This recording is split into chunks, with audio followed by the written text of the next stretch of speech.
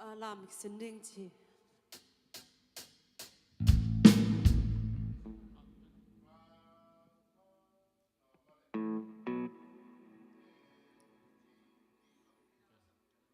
Đây sắp điện. Bellem qua neo mi te.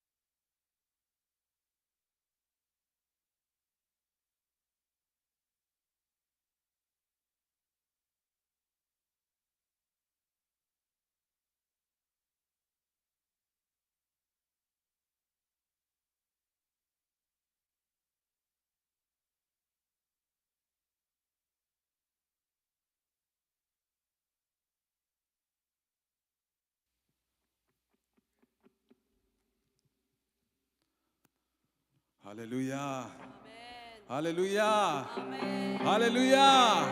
Tâu pa hội hi ama sana lung nam ko chung na nei khom ngai ngai ni. Hallelujah. Tâu pa lung nam tu ni nang ma kya de na sam dang et thei na hun pa ben tham lo ina. Nang ma min phat thei na hun pa nang kya me lung nam kong ko. Phat ni kilom yang dia kilom anung ta pasien. Avang lian pasien a siang tho a hoi pasien. Nang bang pasien kong nei khang ma ne lung dam ngai hi mun a kha siang tho tha ki nang ma kong mo ko. Nang ate to ki thwa pi la. Hallelujah, dunia kasangin lahat sa kigay ni Tude sa topa. Hallelujah, kaganing Tude naman. Ang hilin, kasyang to, lamdat ng maong pinangasantay. Ora mama, kasyang doon mo ng kibuwal suntay. La la la la la la la la la la la la la la la. Kung kabaikit o kasyang to, nung magkaiding lunggulin to, pa si Su, kazimin siyang to, kateksongin. Tungenin kong kya po ito, papasyan. Amen. Lấy tung lung đâm tàu bằng phải pasien min pan nane khom ni.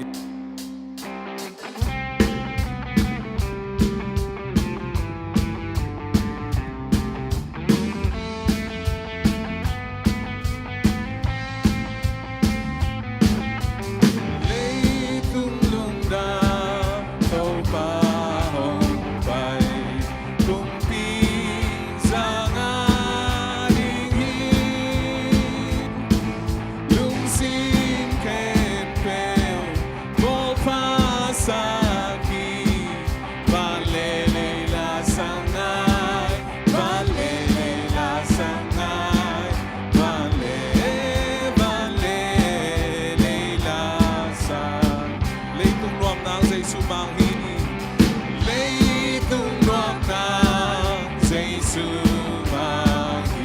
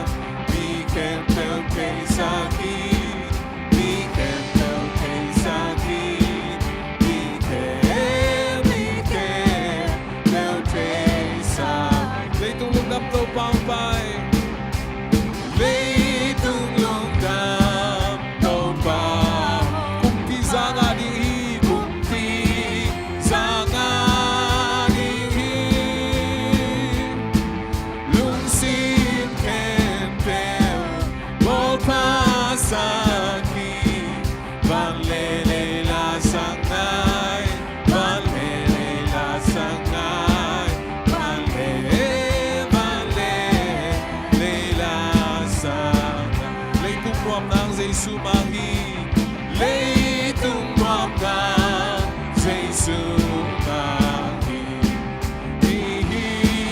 nên là xa hết lâu lại tuổi mi xoang pi hoa mi đi đem mình hà mu hết đi đem mình hà mu hết đi đem Chang mo na kan lo na nung chang mo na akan lo na ding di bol sia lo di apa lo na apa beli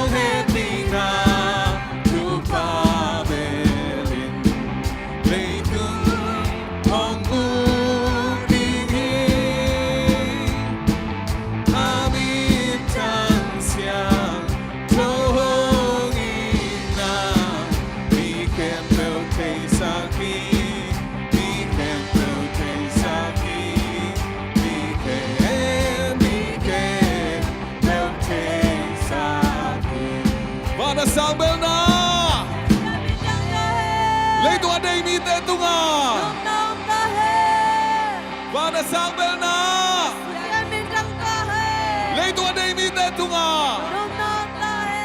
amen Amen. ben lem khone mi te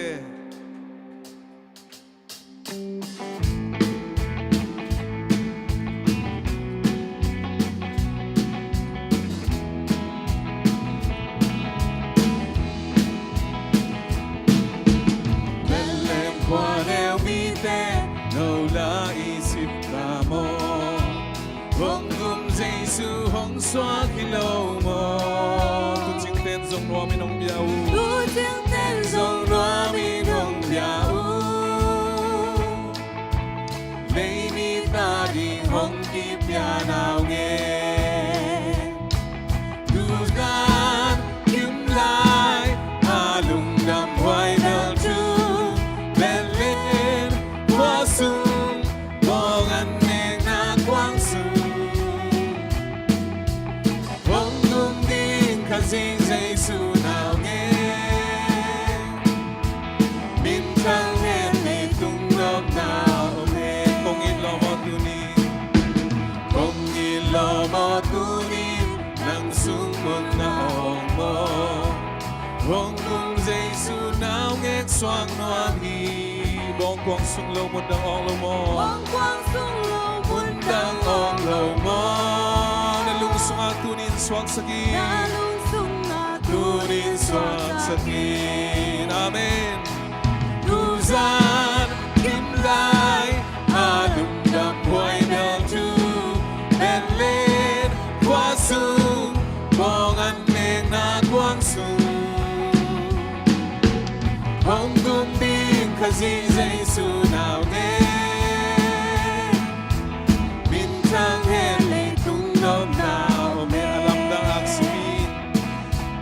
alam dang aksipi bipil te lam hilhi kham le bang nam tui to biao hi kiniam kera hong suak to Giêsu kiniam kera hong suak to Giêsu lung damin ay zong Lung na gabi min ay zong Veni, amen. Tuzan, kim lai, alung nam hoài vào tu, ben lên, qua sung, bong an neng na quang sung. Hong gum ding kha zing Giêsu nào nghe, min thang hen lệ tung nộp nào hen, kong in lo mo tu ni. Kong in lo mo tu ni nang sung mun na ong mo hong gum Giêsu nào nghe xoang noa mi bong quang sung lo mun nang ong lo mo na lung sung at tunin swang sagi Na lung sung na tunin swang sagi Tuzan kim lai alung nap hoài na tu ben lên qua sung bong an neng na quang sung hong gum ding kha zing Giêsu nào nghe min thang hen lệ tung ngọc nào men alam dang aksipi bipil te lam hilhi kham le bang nam tui to biao hi kiniam kiara hong smang to Giêsu lung damin ay zong veni lung damin ay zong veni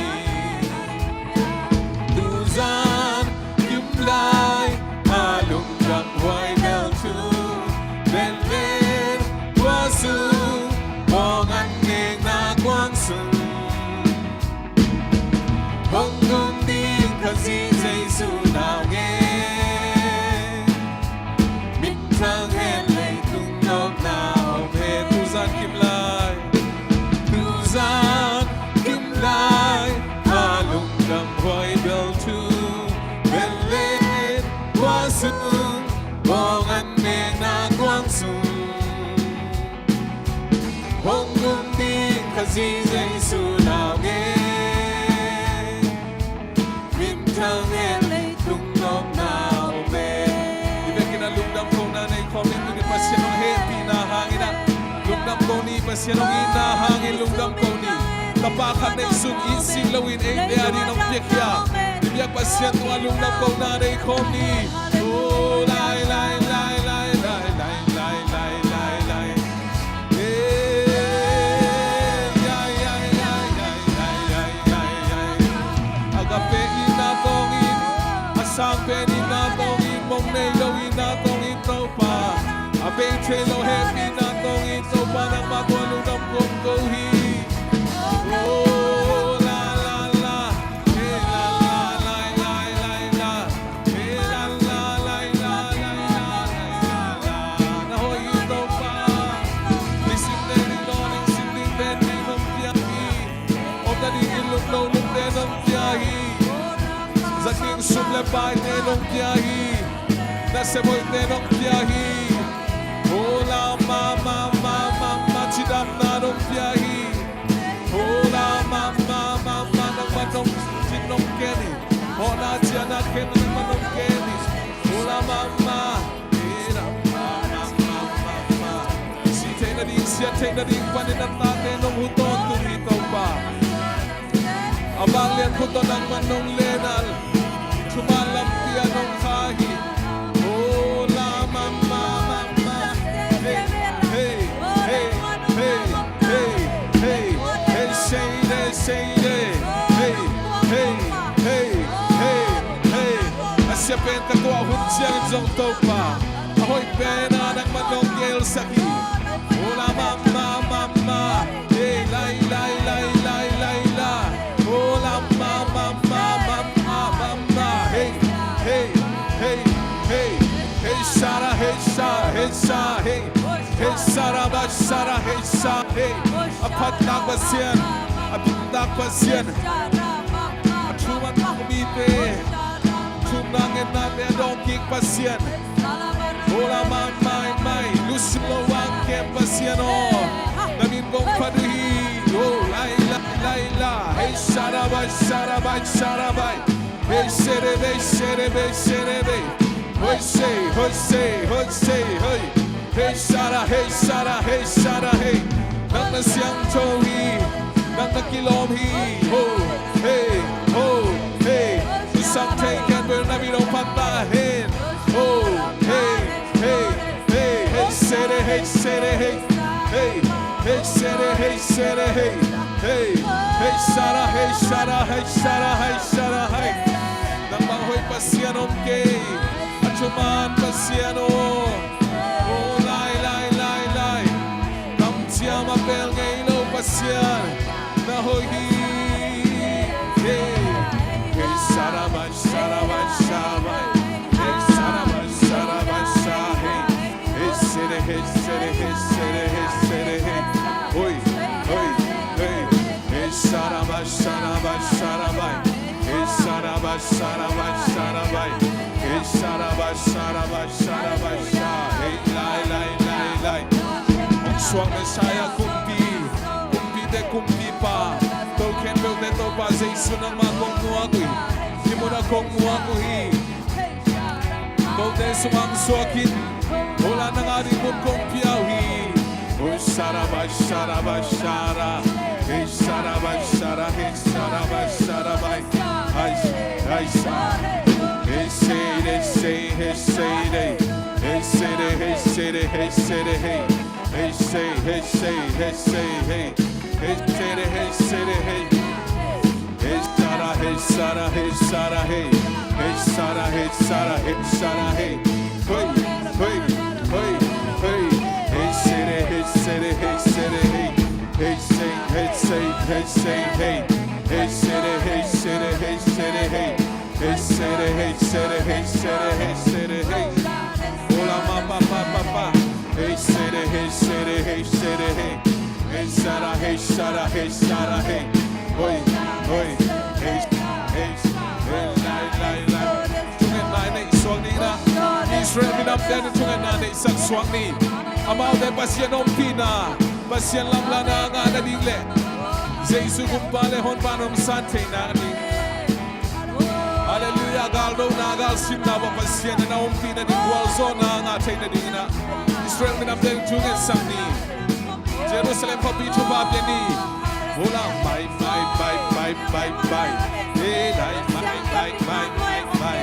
Ilay bye.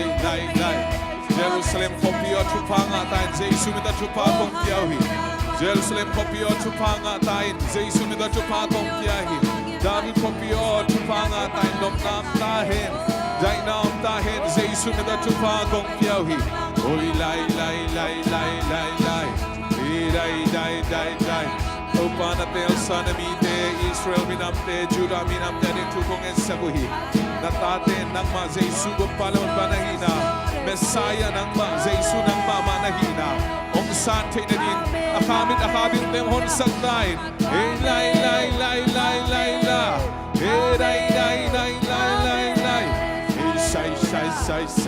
say malilito patuloy takin kalsungam natate na magwalzo ng piait Ite mayang may sumsakit to pa Natate alam dang nang maumpi na Nang maangbana Na may pangatawin Aumam namun wato pa Hallelujah nang mapabangatang Sang natate hitahin Israel minamte Judah minamte Jesu minatrupa kapyawi Oda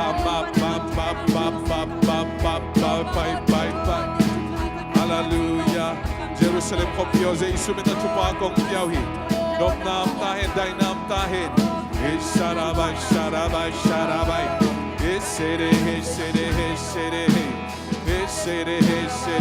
Aki zomina US late ang ating tungan sangni. US late na stay song sinitate gabanate sa isumina chupap yan ni. US gamsung panapasyan mizat mipil misyam tampiyong piyan kiyan US late na nga.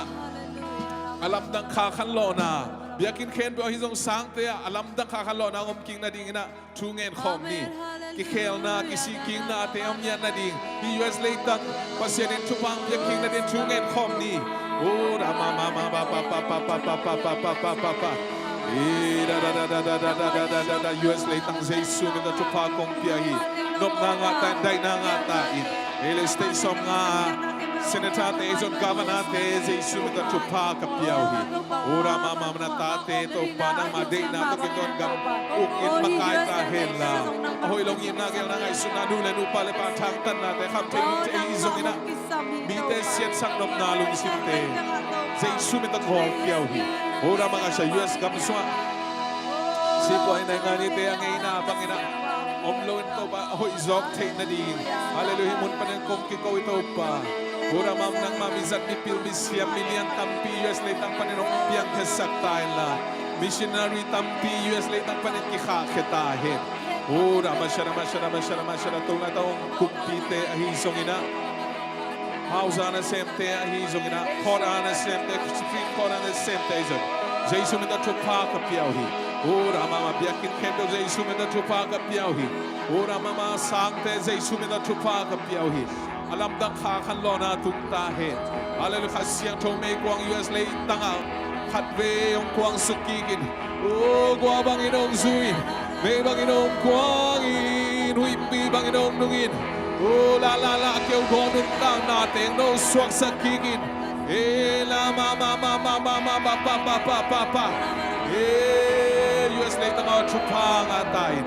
US lay tang tumateng. Ikan na doon chupang atahin. Jesu gumbalon bansangin Ola hihunus nung so happy na hunswa kisigin Nang mabek lampi na hina Nang mabek tuman tutang na hina Nang maswang loin kuang yang kuang mapakya tunglaw ni na chibaban topa Jesu nang mabek lampi na hina Bite na take na dito pa US late ang tumam At diagdagan mo daw siya no minamkimte tumadangman Alamdang kakanlo na tugsaktan ora mama US late nang o Jesu na chupa kong kiyawi nung nangatan day nangatan ira mama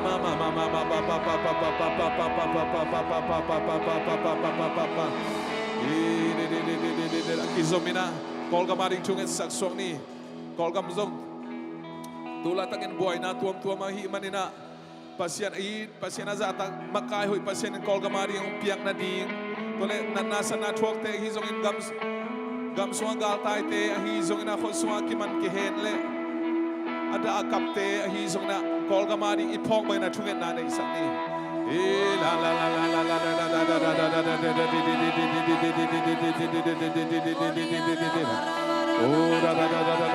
Kolga Moses sumida tupa kumpiyawi.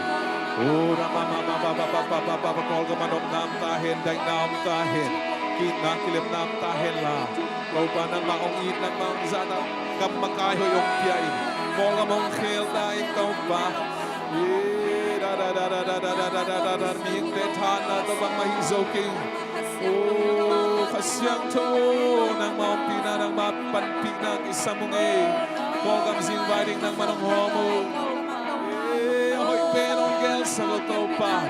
Oh la gamsua galtay na pang lupinaw nente sa isunod na itong pinong panintukang et sa ito pa. Latate amay lambi na makuswa kong api. Oh la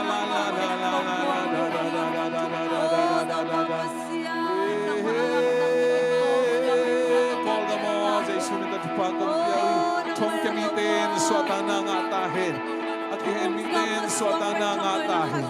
Ulala ada kamite si mobile siya tuwag mite ito pa na manohon hiyay.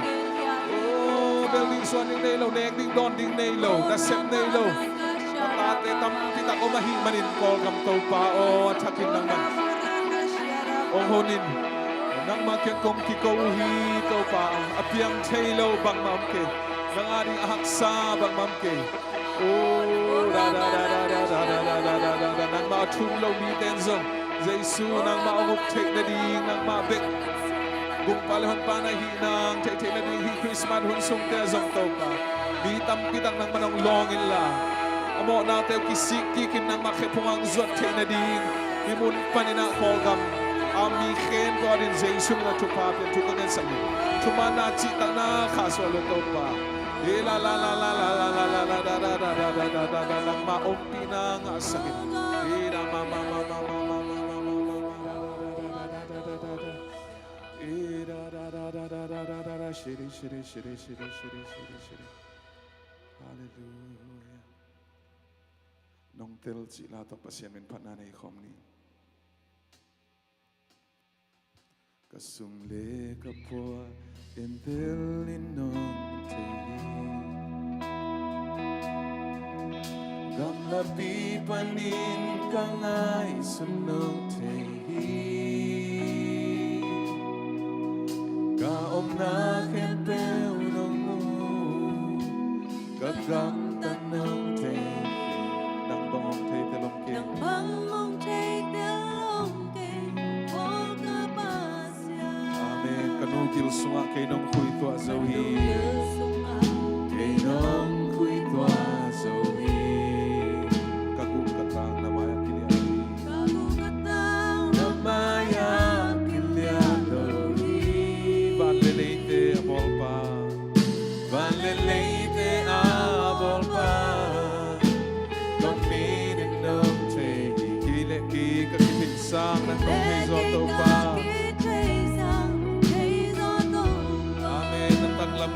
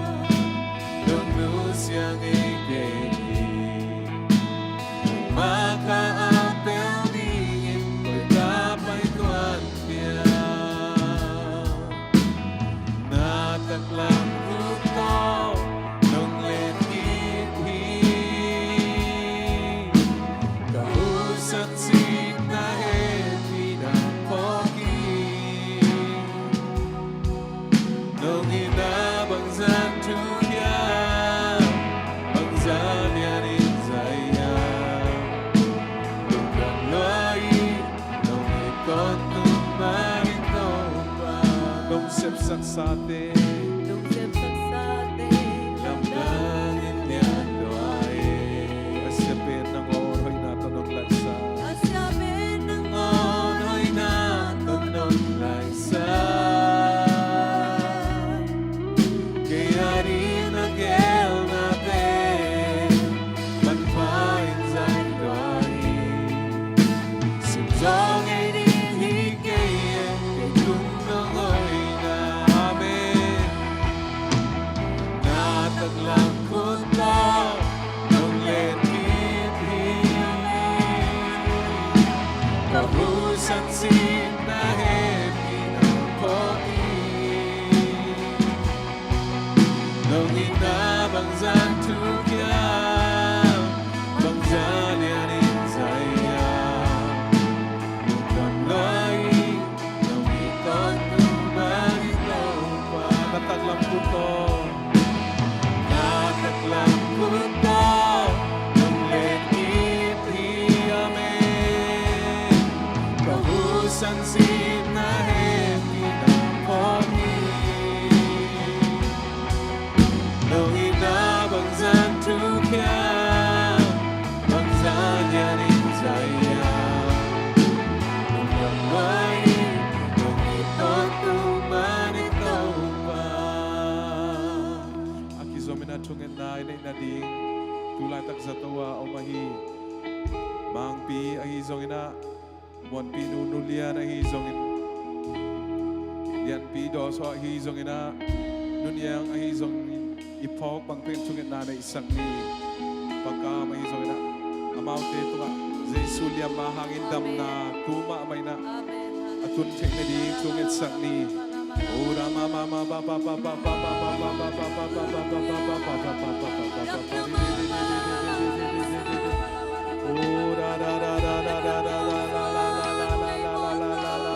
Nalamdang a bola pasien Bisite atau kik sakte pasien Suang pipan tuet pul sakto pa Mipakte ram kik sakte Mitate kwa mu kik sakte tau pa Tunin nang mahimun akong kisamuhi Tulay tayo sa tawa mo na inulia na izong na doon sa izong Ang mangpi ay izong na inpuala na inulia ang izong pagkama izong Imun pa nina chukong et sabuhi Nang makut to tau pa tunin na tate ong long dam tain Nang maliam mahangin dam na nang anu na tapatin watong tahe Siyawan siya mate kut nang man ong zat sakin la Azat izate tungtonin na hizon to pa ong alam dam tunin tuzan mamay Natate tunga Nukwam na kinamdang na dam na tumsakyan tayo Nangari nga haksam kay tau pa Nangari apyang chelong kay Bisite na ko na to sakito pa Bipang nezo na dam saki Hoy! Hey! Hey! Hey! Septe lo ne no pasyan Kutso ke zoten Dam na kekin pa Dito te kwa muking sakte pa Oh, nagmanulat ang pate Nang matuni tuzan mama ng longin Hera mama mama pa pa pa pa pa pa Hela la la la la Zay suya mahangin dam na natatay ko tungtahe Hela la la la la la la la la la Hallelujah Rama Sharama Sharama Sharama Sharama Sharama Sharama Sharama Oh, hallelujah anak ko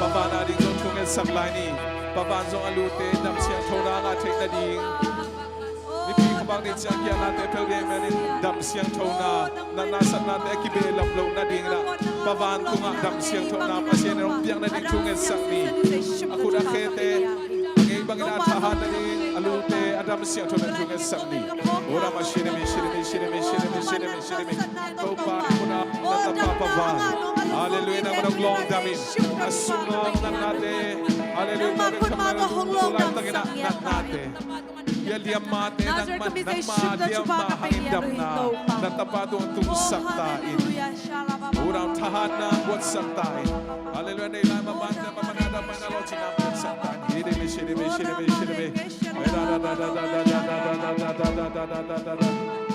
kizomina chunga nanay swakla ni kensa na ahizong ina COVID na nanay daring chunga sakni alam dang dam na pasien ang piyang na din sa to ante zong ina amte ahizong ina pasien ina dam sakte ahi manina pasien dam sakte na tunina about te do na din chunga sakni ora makasharaba sharab to patula ka kensa na nanay COVID na nanay daring chunga sagohi nang mali ang mahangin dam na natate to tuntahin yan sana na ahoy low sisung sa sumam yung low sa isunod ang konghol kiyaw sa isunod ang mahangin dam na nakataw una makubit na sa isunod ang konghol kiyaw hallelujah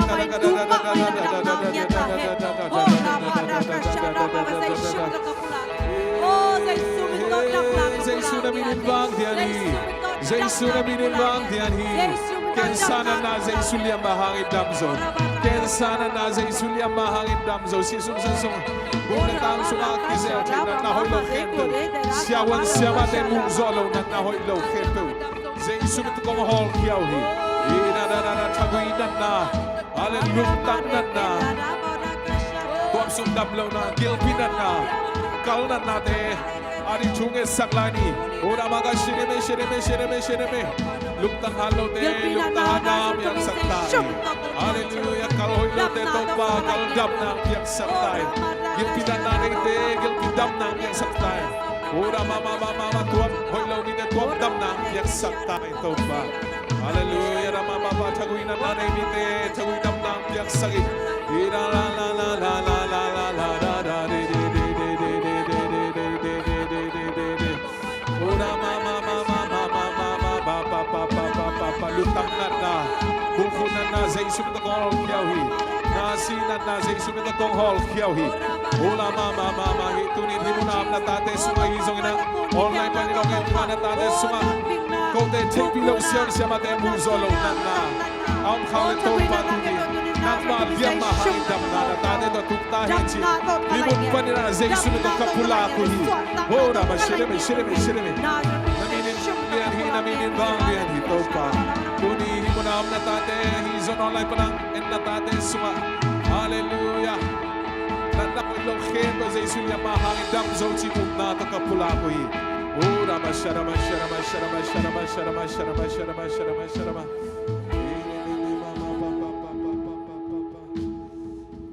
abay chelo happy na to ongit ipiyang pasyan min pananay khom lai ni Abay Taylor, happy natin, inain kizo den na, siniswag ba, intag zela, niyaswag.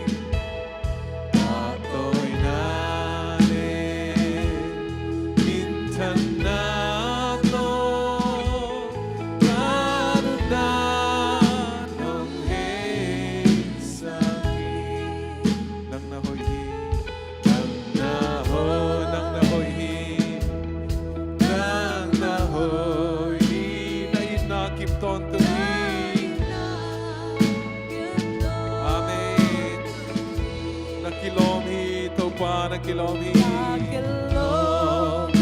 amen. Patingin na kilomito pa, patingin na kilomito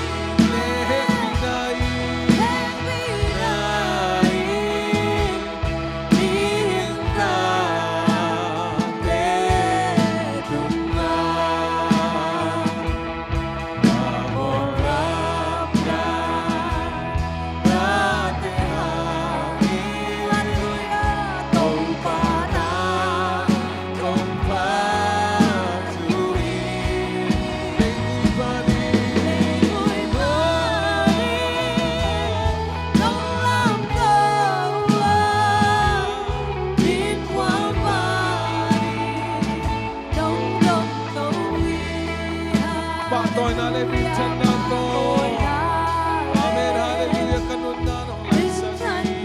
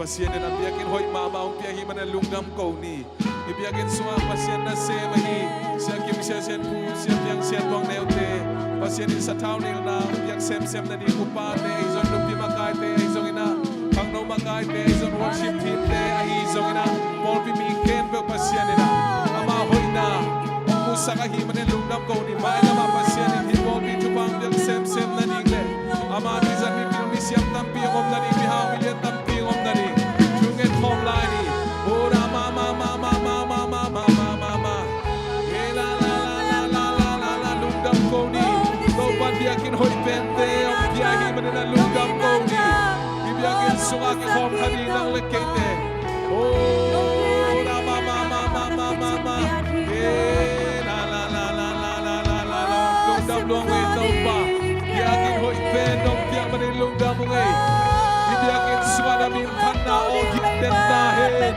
Na hoy na kigen tahin Kita kitang mato kinaizong na Nang makipunga Ong suat king na biyakin itahin Hallelujah na mama Hera na nagpachupakasan na biyakin uhi Itahin Hamang chang tampiyak iman na biyakin itahin Ulala kong itong chum natin Nung doon na biyakin itahin Ura ra ra ra ra ra ra ra Ibiyakin suwa ng mamizan ng manasip Siya kim Siya kung siya biyang siya taonete Nukta na Nang manatagin sa tao niyo sa ito pa Natate Ang kamamuak mo na kede Ang isang Azasagin Nang manong zansang zolayin ito pa Nang mahobi na ote zain Nang manong genong chute Natate kampani ng kulakay Ay ikuan sumwa Nung na day nam tahela Kinakilim nam tahela Hau na chupato na manong tuwang sakay Ora mato kangatakang nung anuam sang iyang tahin Ora masyara maporti sung upa Makaite anong chugong ay sagwi Ora mamahupate Zong maente waente tangle Ora mampil na chitang wasak tayo na Ora morti Mailang ni agel siya mamakay siya mukha makaite Misang tayo Lupi makaite ng morti adingin Lubang inading zawin tao pa Ora mamorti akalumsak Nute hisak tayo Ora mama worship. Oh, chung so sai so Musician there's a worship pakai de backup there's a isu na chupa ka piao. Namin chang na di nagang zay na di kahusan lai. Tegunan mo nung zang dai to pa. Kakong kake uzangin. May naman sa kahoy tampi. Om jalain to pa. Sayas kong siya mati ani lo chungkong esawi. Natate to. Nabang de pata siyam na wat satay. Ela mama papa kakno pakai ne. Sa isu na chupa ka piao kakno te. Amaw na malamba na akila zona tate isantay. Ela Paul pimi mal ane pen panalian beno chupa ka piao. Sidam na ludam na piak santay. Hau na isante hau na sa lungdom na isante lungdom na piak santay. Ama bingni te ama sihok tahe. Ola ma serama tulad po sumam. Ken pa wisong ong lun lighting te zong sa isu na kamuha ko ni. Ola ba mama. Ira da da da da da. Ira la Paul pimi ken po chupa nga tahe. Aomom na bunwa chupa nga tahe. Ira na ada sem na bo susi zial te. Hau na piak sa say te. Asayi. Hangina, Gomsan hangin ang company na semte ang izong ina. Zoom na semte, topa ka na sem na mula chumaning sitaki. Hindi maya ete huwete tang natateng isaktan. Sibang inaaw natateng isakit. Kova pag natang natateng isakit. Ora mama. Hallelujah, la.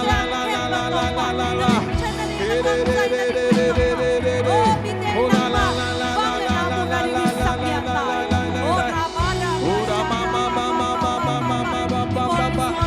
Tulad ng Popiswa na parte ang ito sani. Ora mam to patulad ng motorsyono. Ula na parte siya machimpo yung hizong ina. Siya mahuay. Ula la. Napay ken to manang man. Sila minaswado. Natanute kip saktain. Nauswagim na to som kipel saktain. Ora mama. Topa hipol piso anong piyak sa chupate kitsingi. Ola lunggam luang ito pa. Kung ikong chup na sangin ahoy zo anong piyahi. Kung te lunggong na sangin ahoy zo. Kung te lamin na sangin at tamzo anong piyadeni. Oh, kung ikong chup na ito pa naman.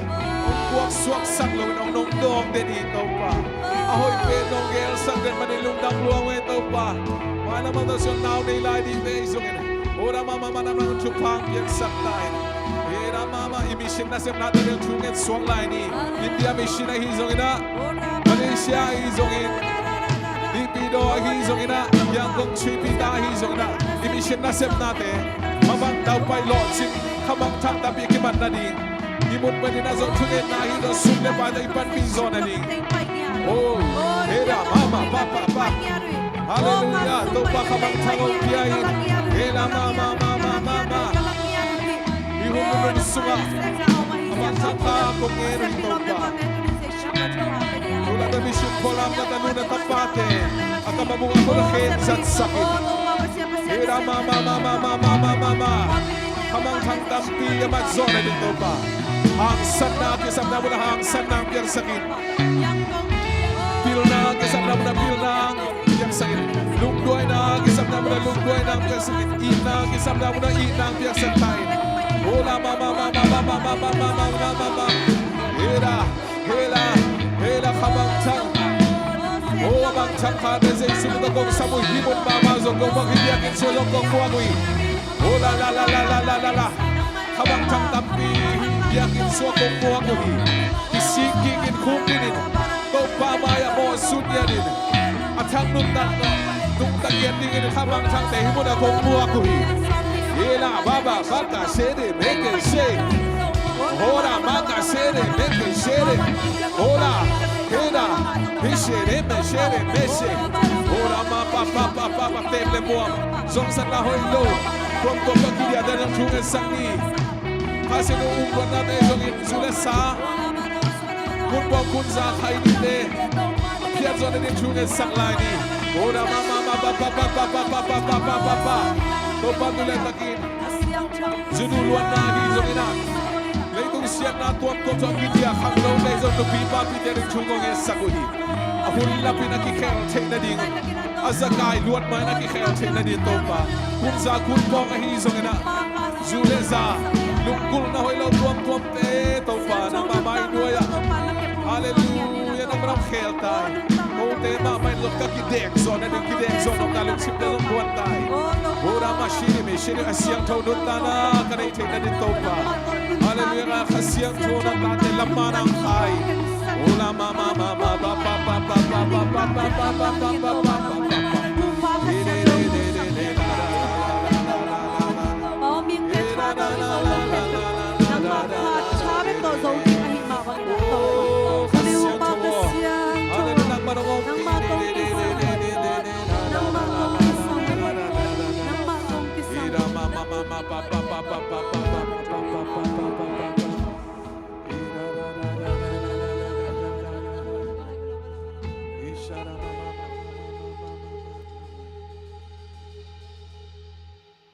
Nakata bek to chi la to pasien min phat na nei khom lai ni Mual te ki ding ben aking na to tu ya zo win kul pi te kim kot pai zo win kul pi chip ding ben aking sa ko te abai sai no Galvante inside no Isang alzona Topan ang hangi Mualteki nilangaki Mualteki Mualteki bengaking Unatot upyazoing Kulpite kimot paizoing Kulpitit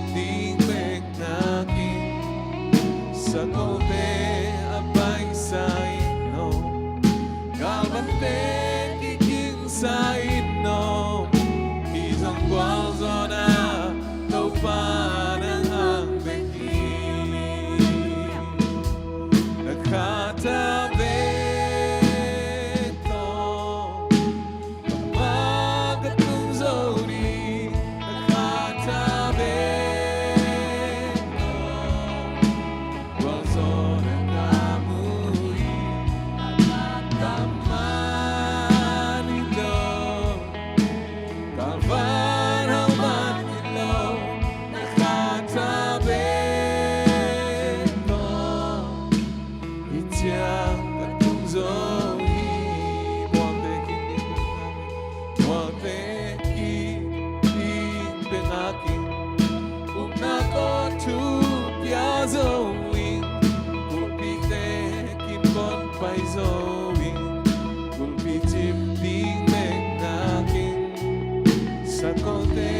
Abay sa inom Kalbante kiking sa inom Isang kwalzo na Kaupan ang hangwegi Nakatabit ko Nakatabit ko Kamagatong zoni Nakatabit ko Kwalzo na kamuhi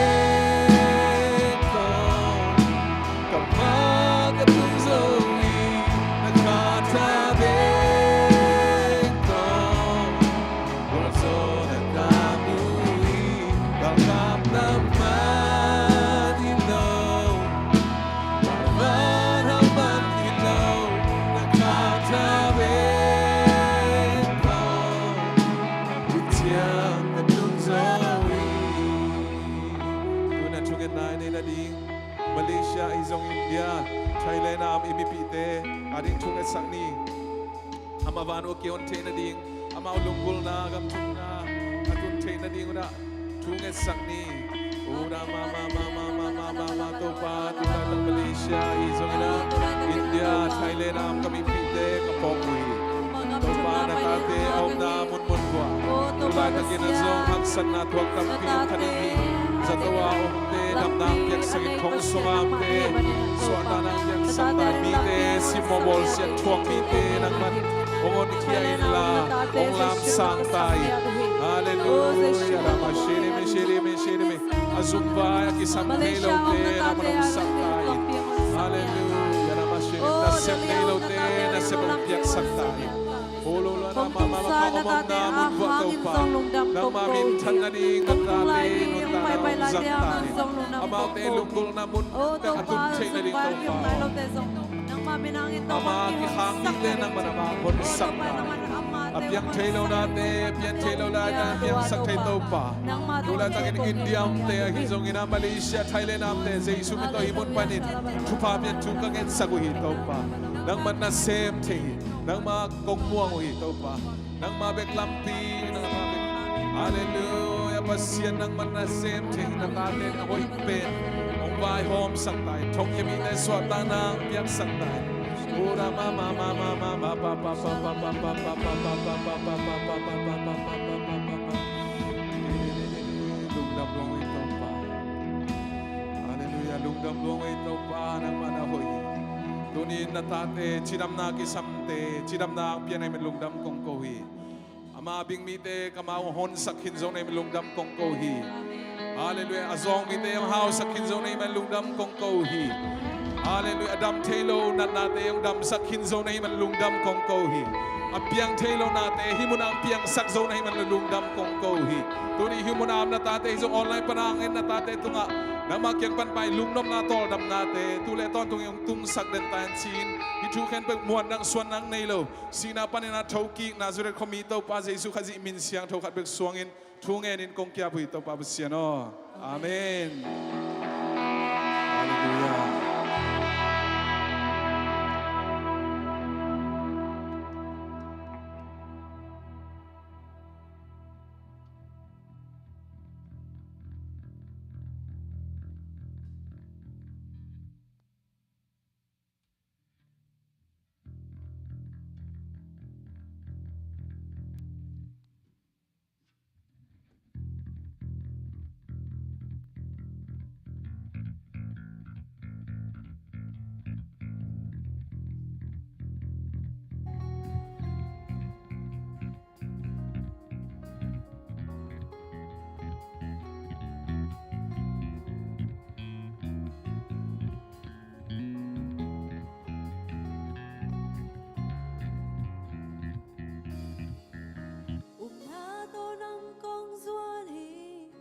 Đâm na mang pa Giêsu, dùng na lao na nông khâu dấu cây, na khe phung công ruột đi, na quan mong te bek long lên, cả đâm đình cả hi, đâm sắc solo anh đây lo, Giêsu nang công ruột hi,